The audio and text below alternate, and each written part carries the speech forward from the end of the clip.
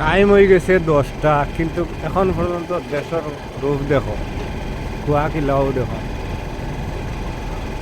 দেখা যার যে সকাল 5টা বাজছে, কিন্তু টাইম হয়ে আসছে 10টা, ও দেখায় কিচ্ছু দেখা যান না। বা এখন কিতা শুরু হয়েছে আমি কিছু ধরতে পারি না, মানে ওলা কুয়া পড়ছে, ওলা কুয়া পড়ছে, আবার মাঘ মাস সামাইছে না মনে হয়। আর এই যে হিসাবে কুয়া চালু হয়েছে, বাবা ঠান্ডা পড়ছে, ও আন্দাজও ঠান্ডা পড়ছে হিসাব ছাড়া। রাস্তাঘাট এটা দেখাও যাবে না। সকাল 5টার সময় যে তু উঠেছি, এত তো আর মানে এখনো লাগে কিছু দেখা গেছে না।